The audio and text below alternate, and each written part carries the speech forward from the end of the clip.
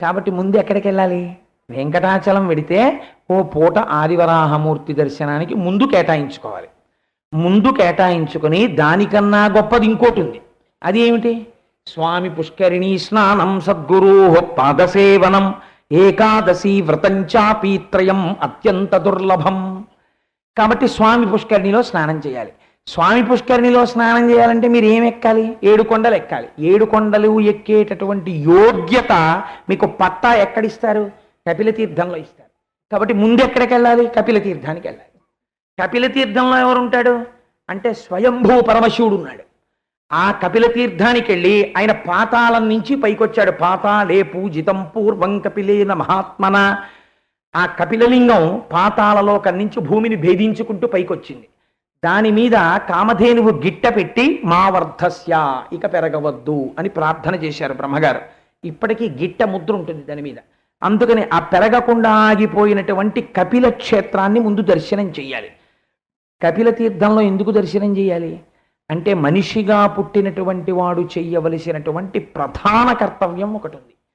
తల్లిదండ్రులు బ్రతికున్నన్నాళ్ళు తన తల్లిదండ్రుల్ని తాను పోషించాలి పురుషుడు.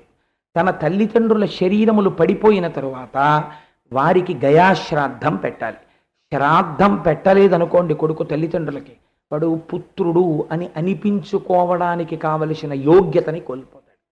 శ్రాద్ధము శ్రద్ధతో పెట్టాలి. అసలు కోడలు వచ్చేది అందుకే కోడల్ని తెచ్చుకునేటప్పుడు వెనక ఏం తీసుకొస్తుంది చూడకూడదు. రేపు పొద్దున్న ఇది దీపం వెలిగించి కాస్త ఏమైనా జాగ్రత్తగా కొడుకు పక్కన నిలబడి తిథి జ్ఞాపకం చేస్తుందా అన్న సంస్కారం చూసుకోవాలి ముందు. ఆ సంస్కారం లేదనుకోండి, బ్యాంకులో డిపాజిట్ ఉంటుంది, రేపు పొద్దున్న ఏడాదికి ఒకసారి వస్తే మంచినీళ్ళు పోసేవాడు ఉండడు. కాబట్టి శ్రాద్ధం పెట్టకపోతే పాపం వీడిది. ఇంత పాపం పెట్టుకున్నవాడు వెంకటాచలం కొండెక్కే యోగ్యత ఎలా పొందుతాడు? కాబట్టి కపిలతీర్థానికి ఉన్న శక్తి ఏమిటో తెలుసా అండి? కపిలతీర్థానికి వెళ్ళి కపిలతీర్థంలో స్నానం చేసి అక్కడ పితృకార్యం చేస్తే ఇన్నాళ్ళు తాను పితృకార్యం చెయ్యనటువంటి పాపము తొలగిపోతుంది. అక్కడే కపిలతీర్థంలోనే ఒక గమ్మత్తైనటువంటి విషయాలు కొన్ని ఉన్నాయి వెంకటాచలంలో. మీరు కపిలతీర్థంలో తప్పకుండా చూడవలసినటువంటిది అక్కడ ఉన్నటువంటి కాలభైరవ స్వరూపాన్ని, వీరభద్రుణ్ణి తప్పకుండా చూడాలి. ఎందుకు ఈ మాట చెప్తున్నానో తెలుసా అండి? ఒక్కొక్కసారి మనం అనుకోకుండా బాగా చీకట్లో ప్రయాణం చేయాల్సి వస్తుంది.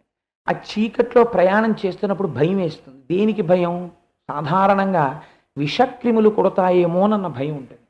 అలాంటి భయం ఏర్పడినటువంటి రాత్రి ఏదైనా జీవితంలో సంభవిస్తే కపిలతీర్థం లోపలికి వెళ్ళి కపిలలింగాన్ని, అమ్మవారిని దర్శనం చేసి కుడిపక్కకి వెళ్ళి నిలబడితే అరుగు మీద ఎదురుగుండా వీరభద్రుడు, కాలభైరవుడు ఉంటారు.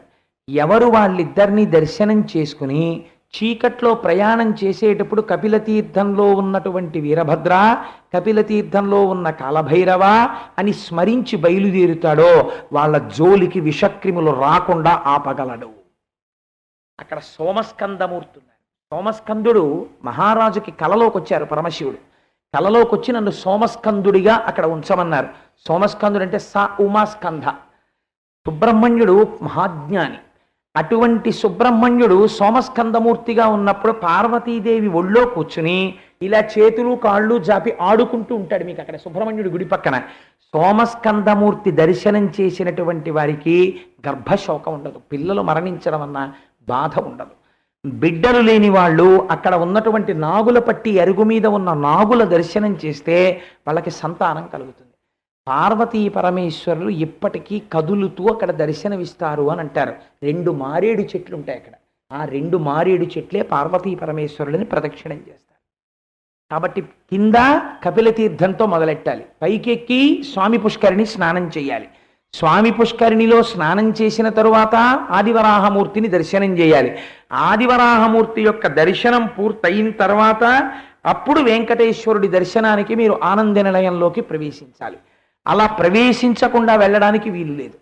అందుకే అప్పుడు ఆదివరాహమూర్తి అన్నారు, నీకు ప్రథమ దర్శనాన్ని నేను వరంగా ఇస్తున్నాను, కాబట్టి నేను ఉండడానికి స్థలం ఇయ్యి అన్నారు. అయితే సరే, అదిగో ఆ చింత చెట్టు కింద మీరు ఉండవచ్చు, ఆ స్థలాన్ని మీకు ఇచ్చాం, ఇప్పుడు ఆనంద నిలయం అక్కడే ఉంది. అయితే అందుకే ప్రథమ దర్శనం ఆదివరాహమూర్తిది, ప్రథమ నైవేద్యం ఆదివరాహమూర్తిది, ఉత్సవం ఆదివరాహమూర్తికి లేదు. అందుకే ధ్వజస్తంభం ఉండదు.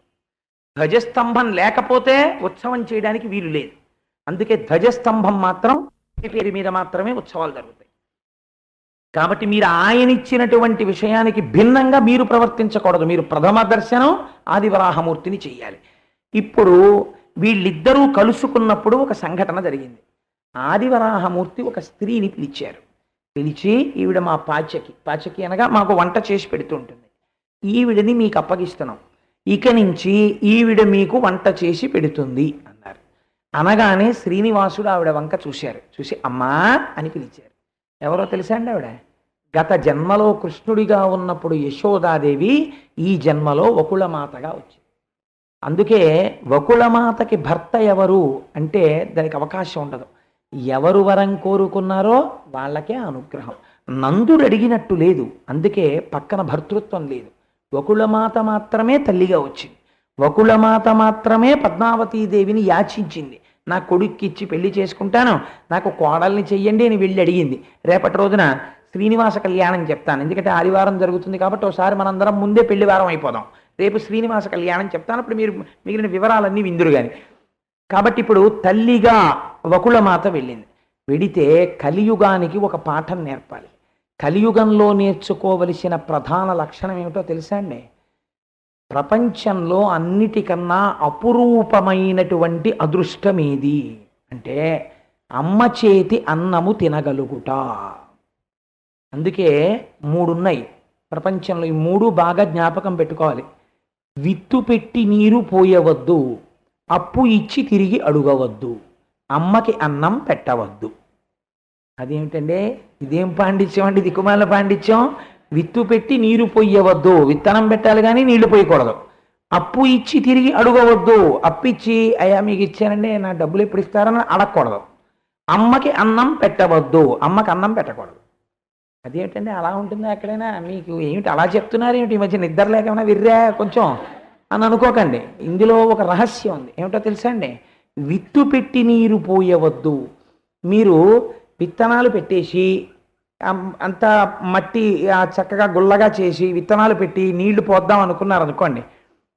ఈలోగా నాన్నగారండి సీరియల్ ప్రారంభం అయిపోయింది అందనుకోండి, కూతురు వెళ్ళిపోతారు. ఆ తర్వాత ఎవరో మాట్లాడడానికి వస్తారు, మీరు నీళ్లు పోయడం మర్చిపోతారు, పందిరి వేయడం మర్చిపోతారు. ఈ విత్తనాలు భూమిలో అలాగే ఉండిపోయి ఎండిపోతాయి. పైగా పందిరి లేదు. ఒకవేళ వర్షం పడినా అవి పాకడానికి పందిరి లేదు కాబట్టి భూమి మీదే ఎక్కడో పాకి రావలసినటువంటి ఫలసాయం రాదు. కాబట్టి ముందు నీళ్లు పోసి పందిరి వేసి తర్వాత విత్తనాలు పెట్టు. అటు నుంచి మార్చండి. విత్తు పెట్టి నీరు పొయ్యవద్దు, నీరు పోసి విత్తు పెట్టు. అప్పు ఇచ్చి తిరిగి అడగవద్దు, మళ్ళీ అడిగితే తప్ప తిరిగి ఇవ్వని వాడికి ఇవ్వవద్దు. అప్పు ఇచ్చి తిరిగి అడగకుండా వచ్చి తిరిగి ఇచ్చేవాడికి అప్పు ఇయ్యి. అప్పు ఇచ్చి తిరిగి అడగవద్దు. అమ్మకి అన్నం పెట్టవద్దు, అమ్మ నీకు అన్నం పెడుతుందని తెలుసుకో. మా అమ్మని నా దగ్గర పెట్టి పోషిస్తున్నానంటని జీవితంలో నాకు కృతజ్ఞత. అమ్మకి నువ్వు అన్నం పెట్టడం ఏంటి? అమ్మకి అన్నం పెట్టగలిగిన స్థితికి నువ్వు ఎదగలేవు. నీ అమ్మ బ్రతికున్నన్నాళ్ళు మీ అమ్మ వచ్చి అన్నం వడ్డిస్తే అది తినడం నీ జీవితంలో మహద్భాగ్యమని గుర్తెరువు. ఎందుకని? కడుపు మండిపోతున్నా సరే. నేను ఒక సందర్భం చూశానండి. ఒకసారి నా కళ్ళు చెమర్చాయి నిజంగా. మా ఆఫీసులో నా స్నేహితుడు ఒకడు గబగబా నా దగ్గరికి వచ్చి ఒకరోజు సాయంకాలం 4 గంటల వేళ, కోటేశ్వరారు నాకు ఇలా చాలా ఒక ఇబ్బంది వచ్చిందండి కుటుంబ పరంగా, నేను ఫలానా వారి దగ్గరికి వెళ్ళాలి, వారు మీకు బాగా పరిచయం, మీరు ఒక్కసారి వచ్చి నాకు మాట సాయం చేస్తే ఆ పని అవుతుంది, నాకు మీరు ఎలా అయినా ఈ సాయం చేసి పెట్టాలన్నాడు. తప్పకుండానయ్యా, దానికే ఉంది, మాట సాయమే కదా, నేను వచ్చి చెప్తాను పద అన్నాను. ఇద్దరం వెళుతుంటే అతను ఒకసారి వాళ్ళ ఇంటి ముందు నుంచే వెళ్ళాలి, ఒకసారి మా ఇంటికి వెళ్ళిపోదామండి, ఒకవేళ అట్నుంచి రావడం ఆలస్యమైనా కంగారు పడద్దని చెప్దాం, మా అమ్మకి చాలా కంగారు, సమయానికి వెళ్ళకపోతే ఎరా ఏమైపోయామని బెంగెట్టుకుంటుంది, చెప్పి వెళ్ళిపోదామండి అన్నాడు. మేమిద్దరం ఆ ఇంటికి వెళ్ళాం. వెడితే ఆవిడ ఏమిట్రా ఇప్పుడు వచ్చావుంది అంటే, అమ్మ నేను ఇలా పని మీద ఏదో పెడుతున్నాను, నేను రావడం 1 గంట 2 గంటలో లేట్ అవ్వచ్చు, నువ్వు కంగారు పడిపోకమ్మా అన్నాడు. ఉండు మళ్ళీ ఇవాళ నువ్వు 5వ ఇంటికి రావు కదా, కాఫీ ఇచ్చేస్తానని ఆవిడ కాఫీ పెట్టింది. కాఫీ పెట్టి ఆవిడ తీసుకొచ్చి కాఫీ ఇచ్చారు. కాఫీ తాగాం. ఆవిడ ఎడం చేత్తో కాఫీ ఇస్తే నేను కించెత్తు ఆశ్చర్యపోయాను.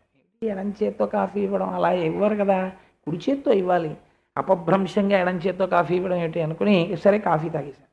కాఫీ తాగేసిన తర్వాత నెత్తుటి చుక్కలు కనబడ్డాయి. నెత్తుటి చుక్కలు కనపడితే నేను ఆశ్చర్యపోయి, ఇదేంటండి నెత్తురు ఉందేమిటి మీ ఇంట్లో, రక్తం చుక్కలు పడి ఉన్నాయి అంటే, అమ్మా ఏంటమ్మా ఈ రక్తం అంతా ఏంటమ్మా అన్నాడు ఆయన. అంటే అబ్బే ఏం లేదురా, ఇందాక ఏదో పిల్లలు ఆడుకుంటుంటే పిల్ల వేలు తెగింది, ఆ రక్తం ఏదో పడింది అన్నాడు. నువ్వు తొందరగా పని మీద వెళ్ళావన్నావు కదా, వెళ్ళు అంది. ఈలోగా అక్కడ ఆడుకుంటున్న పిల్లలు పరిగెత్తుకొచ్చి అన్నారు, అంకుల్ అంకుల్, ఇందాకను మా అమ్మగారు ఆ తలుపు దగ్గర నిలబడ్డారు, నిలబడి ఏదో మాట్లాడుతుంటే తలుపు వేసుకుపోయింది, వేసుకుపోయినప్పుడు మీ అమ్మగారు 4 వేళ్ళు తెగిపోయాయి, తెగిపోతే రక్తం కారిపోయింది, కట్టుకున్నారు, మా అబ్బాయి వచ్చి నన్ను హాస్పిటల్కి తీసుకెళ్తాడన్నారు అన్నాడు. ఆవిడ కుడి చెయ్యి వేళ్ళు తెగిపోయి నెత్తురు కారిపోయి అట్టలు కట్టి ఉన్నాయి. ఆవిడ లోపలికి ఇలా పెట్టుకుని, కొడుకు చాలా ముఖ్యమైన పని మీద వెళ్ళాలని ఇంటికి వచ్చాడని అంత బాధతో వాడు 5 గంటలకు వచ్చి కాఫీ తాగలేడేమోనని కాఫీ పెట్టించింది ఆవిడ. తప్ప ఒరే నా వేళ్ళు తెగై నన్ను ముందు ఆసుపత్రికి తీసుకెళ్ళని అడగలేదు.